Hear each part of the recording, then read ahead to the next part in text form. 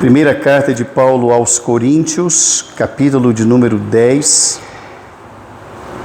E os irmãos vão acompanhar a leitura a partir do verso de número 23. Primeira carta de Paulo aos Coríntios, capítulo 10, a partir do verso de número 23. E nós vamos até o verso de número 31. Primeiro aos Coríntios 10, de 23 a 31. É um texto que é bem conhecido, irmãos, e o contexto dele é muito interessante, e nós queremos que a palavra de Deus nos traga edificação, orientação na noite de hoje, por meio única e exclusivamente da ação do Espírito Santo de Deus. Assentados reverentemente, os irmãos vão acompanhar a leitura da palavra de Deus, que nos diz assim: todas as coisas são lícitas, mas nem todas convêm. Todas são lícitas, mas nem todas edificam. Ninguém busque o seu próprio interesse, e sim o de outrem. Comei de tudo o que se vende no mercado, sem nada perguntardes por motivo de consciência, porque do Senhor é a terra e a sua plenitude. Se algum dentre os incrédulos vos convidar e quiserdes ir, comei de tudo o que for posto diante de vós, sem nada perguntardes por motivo de consciência. Porém, se alguém vos disser, isso é coisa sacrificada a ídolo, não comais, por causa daquele que vos advertiu e por causa da consciência. Consciência, digo, não a tua propriamente, mas a do outro. Pois, por que há de ser julgada a minha liberdade pela consciência alheia? Se eu participo com ações de graças, por que hei de ser vituperado por causa daquilo por que dou graças? Portanto, quer comais, quer bebais, ou façais outra coisa qualquer, fazei tudo para a glória de Deus. Não vos torneis causa de tropeço nem para judeus, nem para os gentios, nem tampouco para a igreja de Deus. Assim como também eu procuro em tudo ser agradável a todos, não buscando o meu próprio interesse, mas o de muitos, para que sejam salvos. Depois ele completa no verso 1 do capítulo 11, sede meus imitadores, como também eu sou de Cristo. Que Deus nos abençoe, irmãos, em nome de Jesus. Amém. Irmãos, hoje é o sexto sermão, é a sexta reflexão sobre a série Discipulado.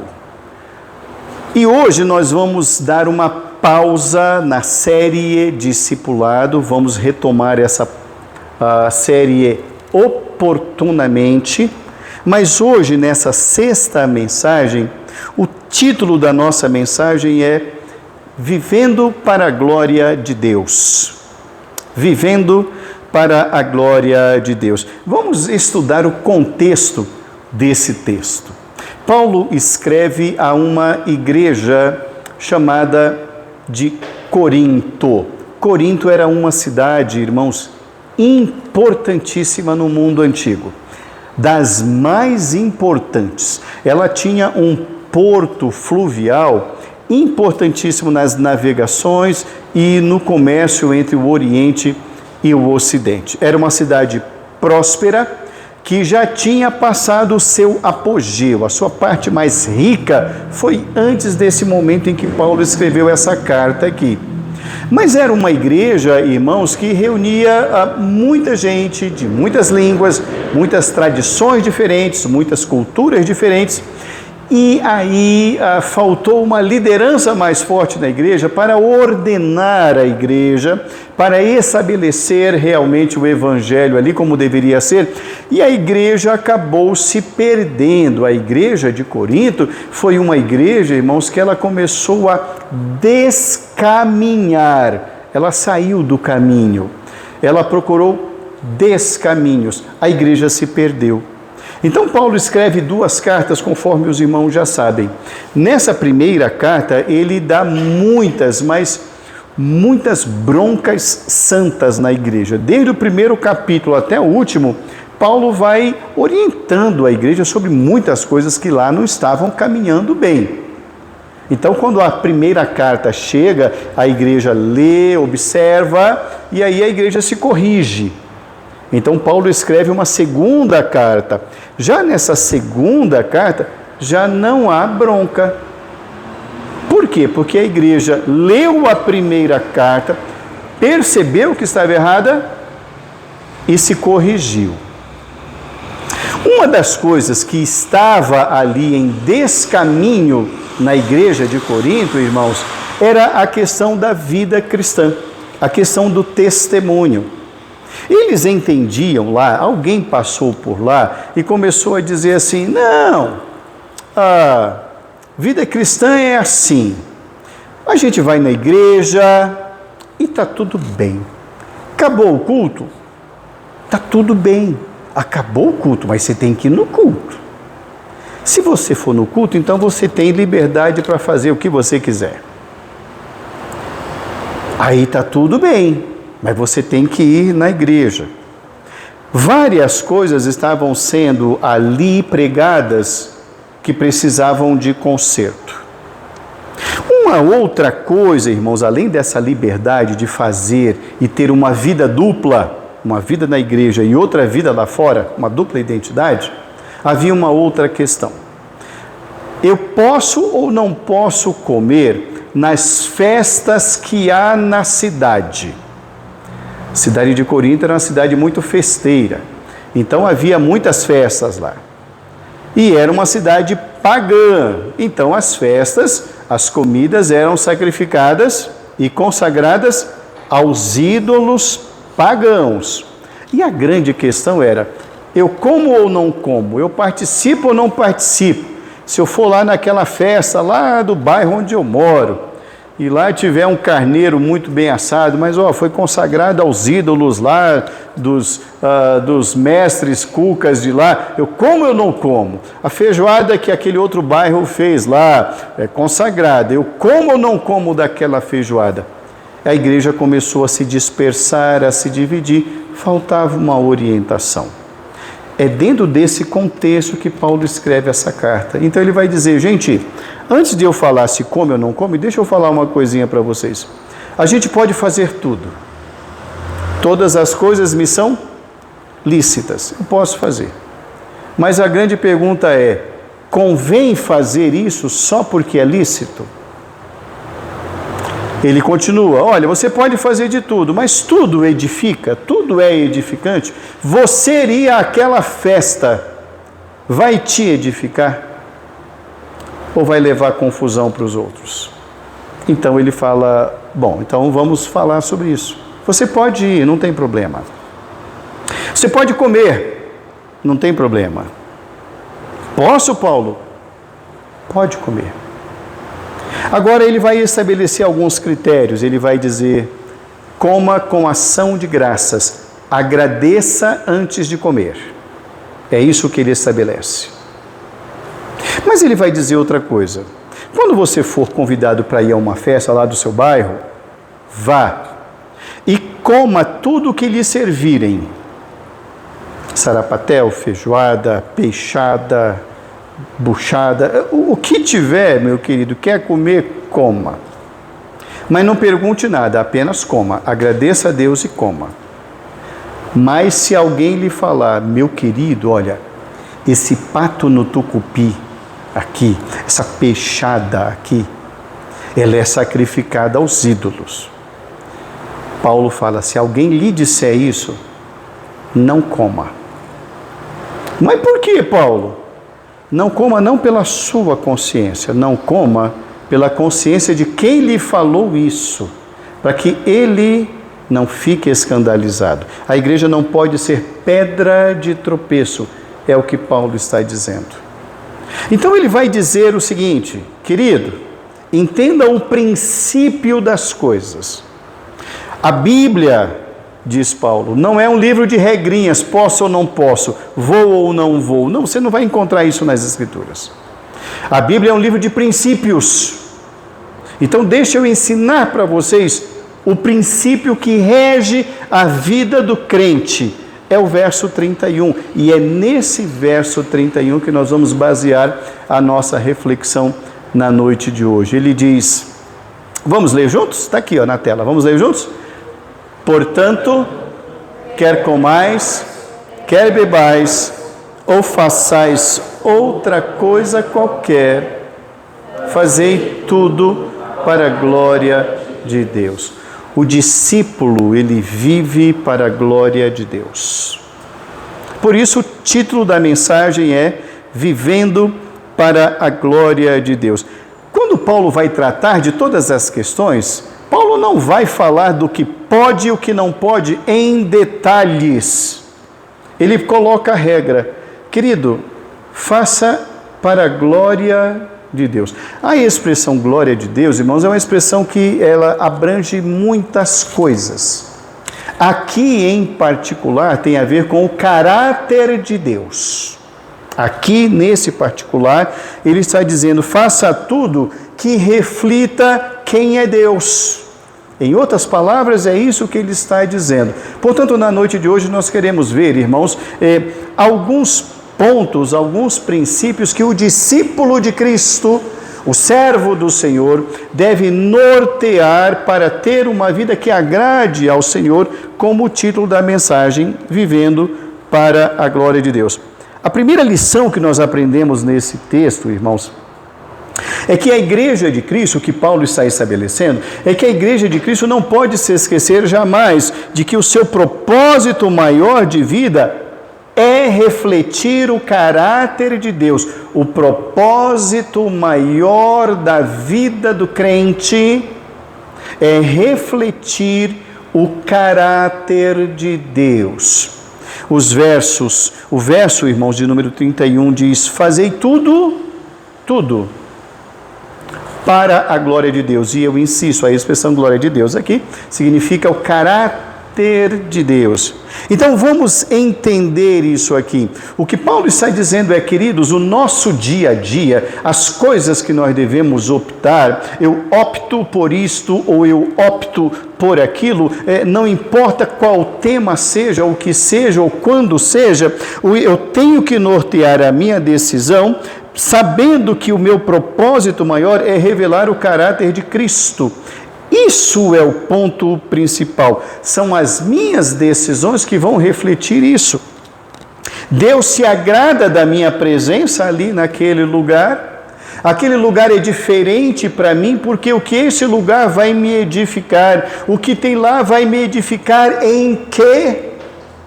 Essas coisas que refletem o caráter do Senhor devem estar na minha pauta para que eu possa então tomar uma decisão de ir ou não ir, fazer parte ou não fazer parte, comer ou não comer, beber ou não beber. O princípio aqui, irmãos, é eu saber que eu devo viver para a glória de Deus.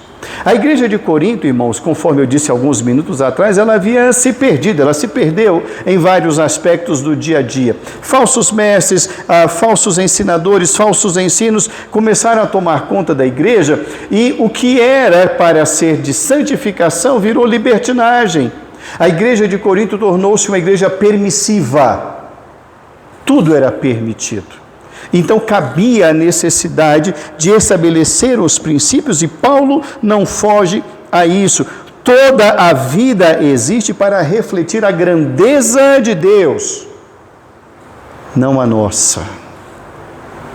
A força de Deus, não a nossa. A grandeza de Deus, não a nossa. A igreja precisava ter um princípio, e o princípio é: faça tudo aquilo que reflita o caráter de Deus. É verdadeiro?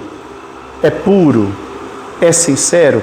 É edificante? Seja isso o que ocupe o vosso pensamento. O discípulo de Cristo, irmãos, Geralmente, quando alguém começa numa igreja, ele começa a ir numa igreja, ele é novo na fé, ele vai numa igreja, ele já fica preocupado. Pode isso?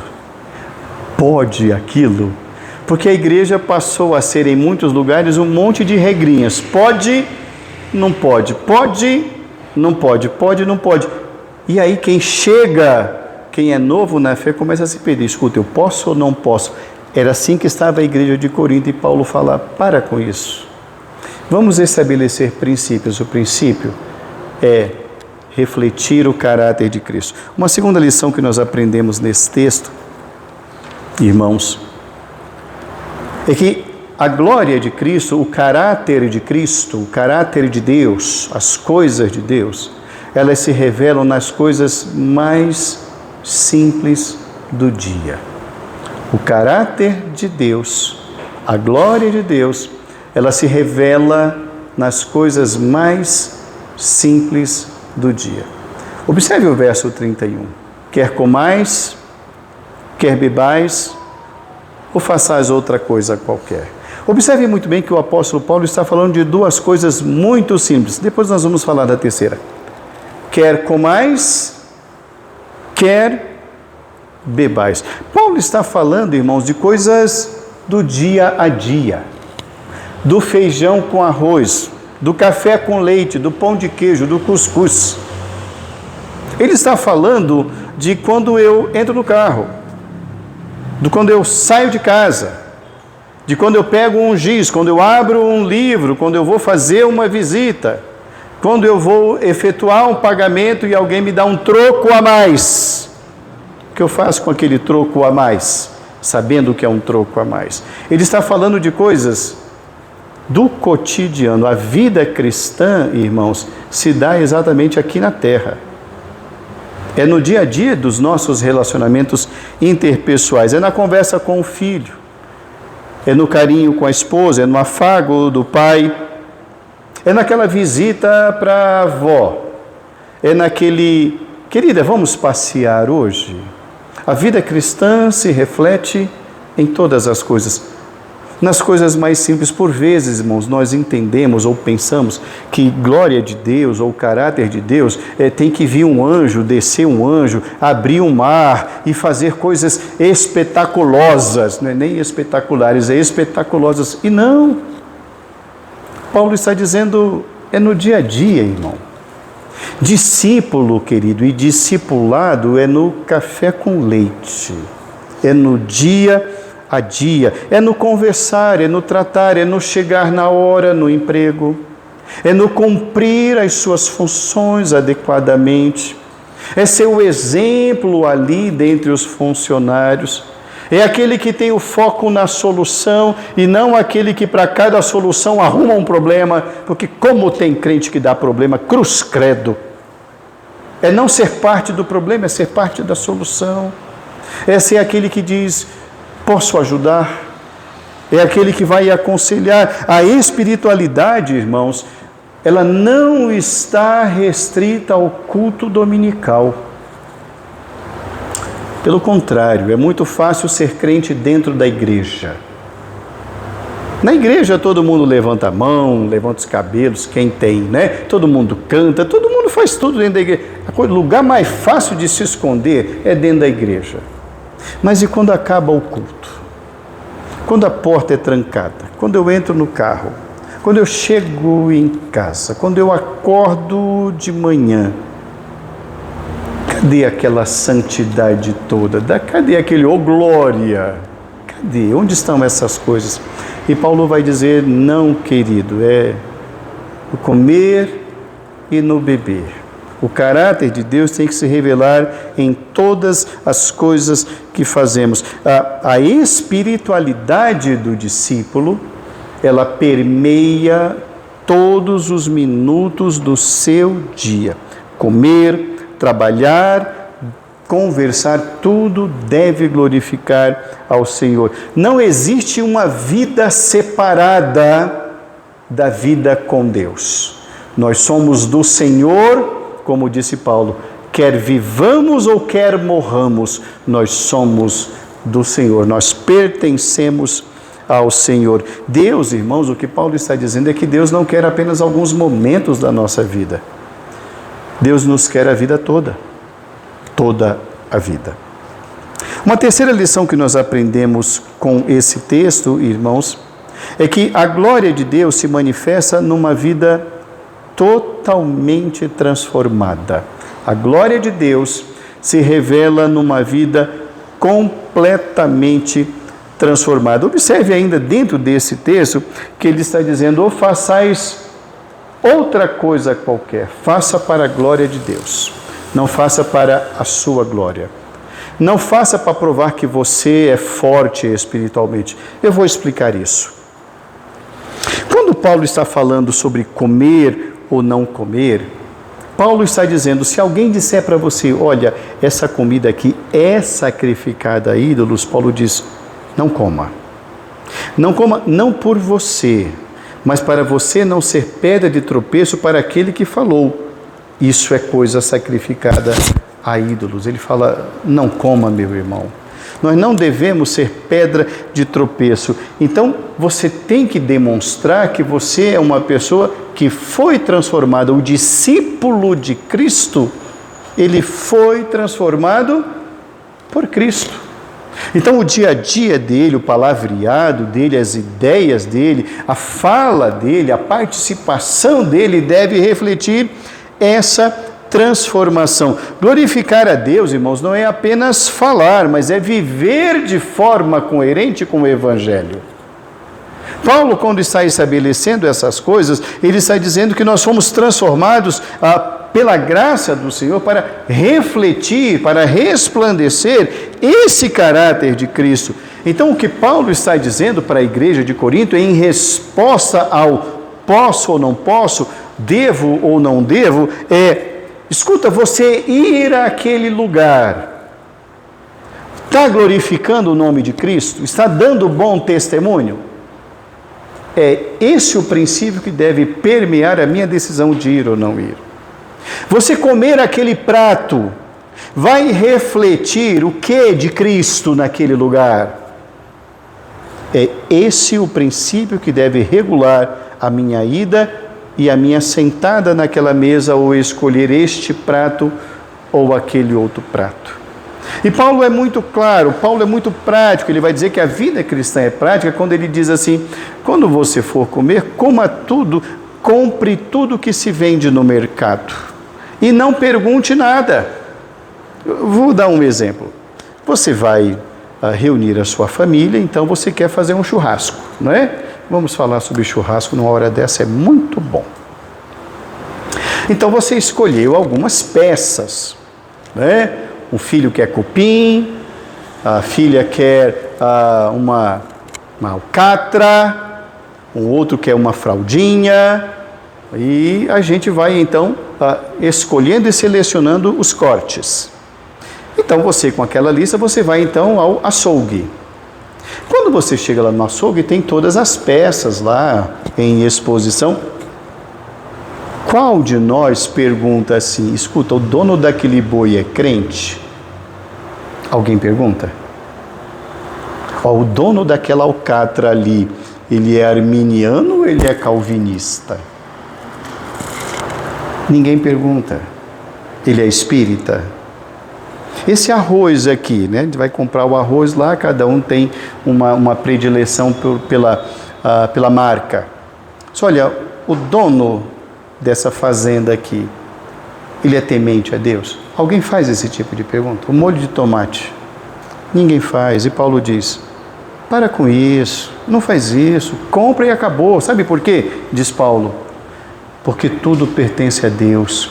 Paulo está citando o Salmo 24, verso 1, quando diz assim: ao Senhor pertence a terra e tudo o que nela se contém, o mundo e os que nele habitam. Não importa se o proprietário da fazenda tem esta fé ou aquela fé. Compre e acabou, dê glórias a Deus e coma.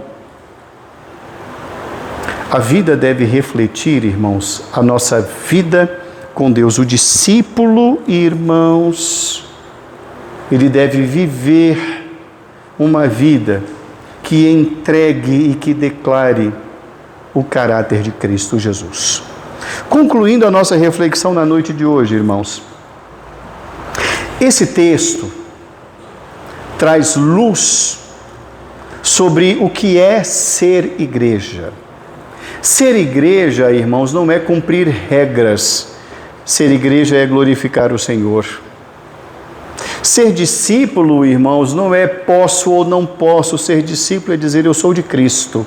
E eu vou assumir isso todos os dias da minha vida e vou revelar isso no meu café da manhã, no meu beijo no meu filho, no meu beijo na mão da esposa, em andar de mãos dadas com ela, em beijar os meus pais, dar um beijo nos meus avós, em pagar as minhas contas, em ser exemplo no meu dia a dia. Eu vou refletir que eu sou do Senhor, porque eu sou um discípulo do Senhor. Esse versículo, irmãos, esse texto todo, mas particularmente o verso 31, nos chama a uma vida centrada em Deus. A vida do discípulo não é centrada no que os outros fazem. A vida do discípulo não é centrada em todo mundo faz. A vida do discípulo não é centrada em que mal tem nisso. A vida do discípulo não está centrada em não tem nada demais. A vida do discípulo está centrada na palavra de Cristo e deve refletir os ensinos do Senhor.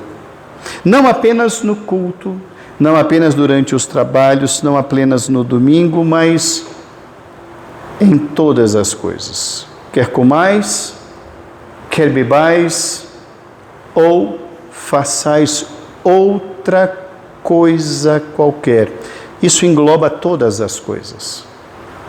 Absolutamente todas as coisas. Deus está nos chamando na noite de hoje, irmãos, como discípulos dele, a realinhar a nossa vida com o Evangelho, não contradições, não com o mundo nem com as coisas do mundo. Quando a palavra de Deus diz, não vos conformeis com este mundo, se isso já era verdade no passado, hoje então muito mais. Porque o mundo já está dentro da igreja e não é de hoje. As igrejas estão, sim, se secularizando. Muitas já se secularizaram, já têm a forma do mundo.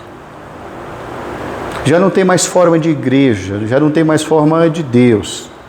Tem forma de organizações. Tem forma de mundo, tem forma de teatro, tem forma de show, tem forma de stand-up evangélico. Tem. As igrejas, irmãos, que pregam o evangelho estão cada vez em menor número e vão ser em cada vez mais menor número. O que Paulo está dizendo à igreja de Corinto é: a vida de você está sendo um eterno posso ou não posso? Pode ou não pode? O que Paulo está dizendo é: queridos, estamos vivendo revelando o caráter de Deus? Estamos vivendo revelando o caráter de Cristo? Quais áreas da minha vida não estão refletindo o caráter de Cristo? Quais áreas? É isso que Paulo está dizendo. Eu posso tudo, mas nem tudo convém. Eu posso tudo, mas nem tudo edifica. Eu preciso fazer tudo para a glória de Deus. Não existe discipulado sem Cristo. Não existe discipulado sem Cristo. Que nós, irmãos, reflitamos no nosso dia a dia. Repito, não apenas no culto. No culto é fácil. Decisões, falas, músicas, canções, pensamentos, posturas, decisões, caminhos que vão refletir o nosso compromisso com o Senhor da igreja e com a igreja do Senhor. Que assim Deus nos ajude, em nome de Jesus. Amém.